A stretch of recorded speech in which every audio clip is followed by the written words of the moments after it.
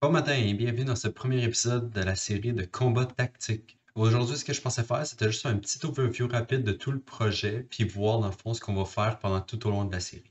Mais avant, cette série-là, dans le fond, elle s'adresse à un peu n'importe qui, que vous êtes débutant ou plus avancé.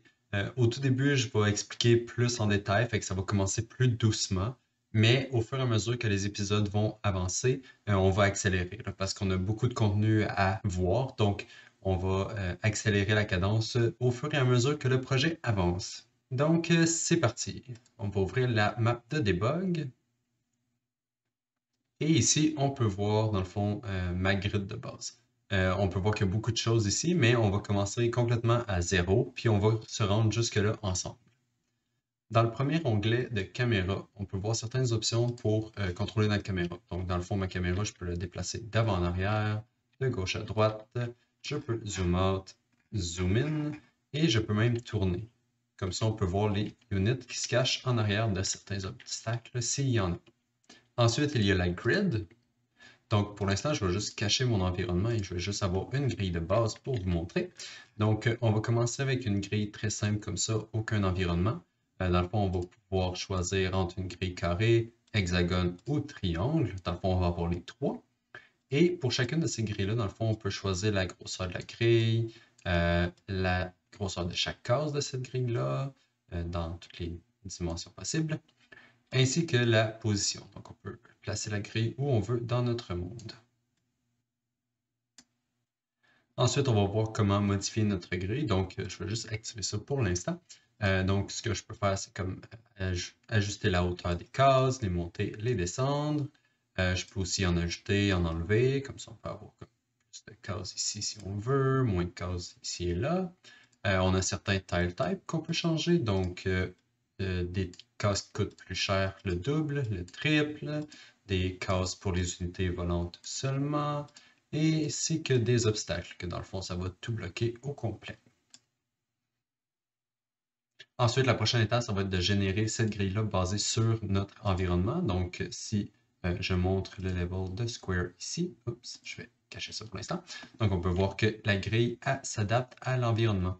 Et si j'active le mode tactique, comme ce qui était avant, dans le fond, on peut voir que tous les obstacles sont là, les cases pour les unités volantes et tous les coups de chaque case sont aussi détectés basés sur l'environnement. Et c'est la même chose pour, dans le fond, les autres environnements. Donc, si je mets hexagone avec hexagone, on peut voir que ça s'adapte. Ma grille tactique fonctionne aussi. Et même chose pour les triangles. Donc, si je triangle les triangles, ma grille tactique fonctionne aussi pour les triangles. Une fois qu'on va avoir fait notre grille, il va être temps d'aller faire du pathfinding. Donc, je vais juste retourner en mode carré comme ça, juste une grille très de base. Et on va aller dans l'onglet pathfinding. Pour le pathfinding, ce qu'on va faire, c'est du A-stars. Donc, ça va nous permettre de générer nos cases qu'on peut se rendre, qu'on peut atteindre, et ainsi que le path de chacune de ces cases-là. On peut aussi faire que, dans le fond, notre path inclut des diagonales.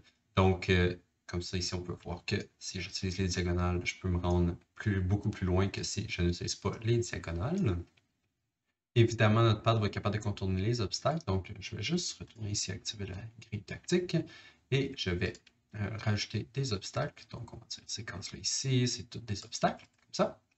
Ensuite, si je remets mon pad encore à partir du début, on peut voir que, dans le fond, les cases qu'on atteint, ils partent de mon point de départ et contournent les obstacles.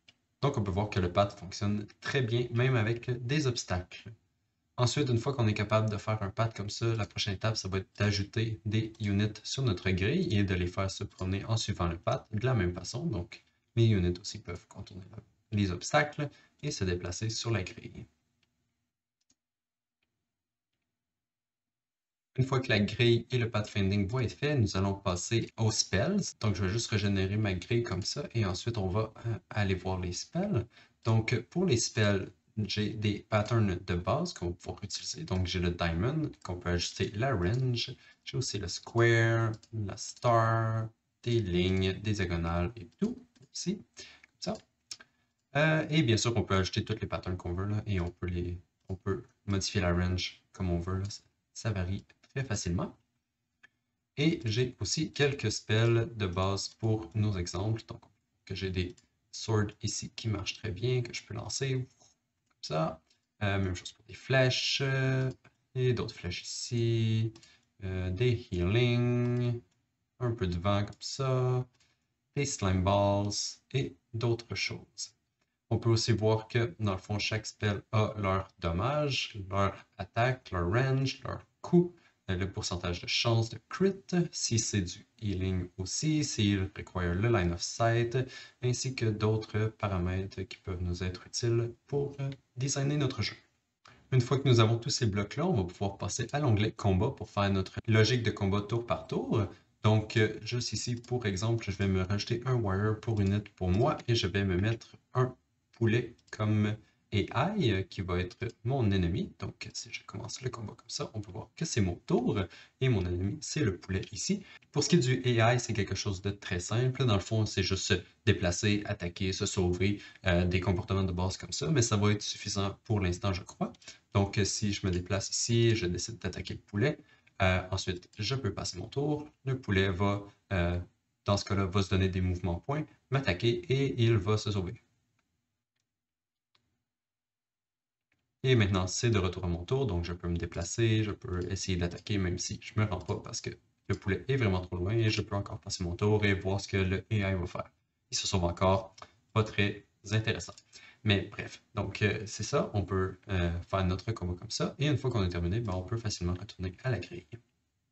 Et quand on va avoir fini toutes ces mécaniques-là, on va vraiment avoir tout ce qui est nécessaire pour faire notre jeu. Donc si je retourne au main menu, je vais pouvoir ouvrir un des scénarios que j'ai déjà fait, donc je vais prendre le Chicken Hunt pour l'instant. Et dans le fond, on peut voir que je commence mon combat directement, que je contrôle déjà mon équipe qui est Leader Ranger qui est ici, et que j'ai des poulets qui veulent m'attaquer. Donc, ce que je vais faire, c'est juste déplacer mon ranger ici et je vais passer mon tour parce que je ne peux pas attaquer aucun des poulets. En tout temps, bien sûr, je peux activer le mode tactique qui nous permet de voir notre grid et je peux bien sûr regarder autour, voir l'action dans tous les angles. Et je peux retourner au mode visuel si on veut. Donc maintenant, les poulets ont fini leur tour, donc je peux évidemment me déplacer, attaquer le poulet qui est ici. Et j'ai pas réussi à le tuer, mais bon, peu importe. Et maintenant, je passe mon tour. Et c'est pas mal ça, ça couvre un peu tout ce qu'on va découvrir et faire ensemble pendant cette série. J'espère que vous allez apprécier et on se revoit dans la prochaine vidéo. Bye bye!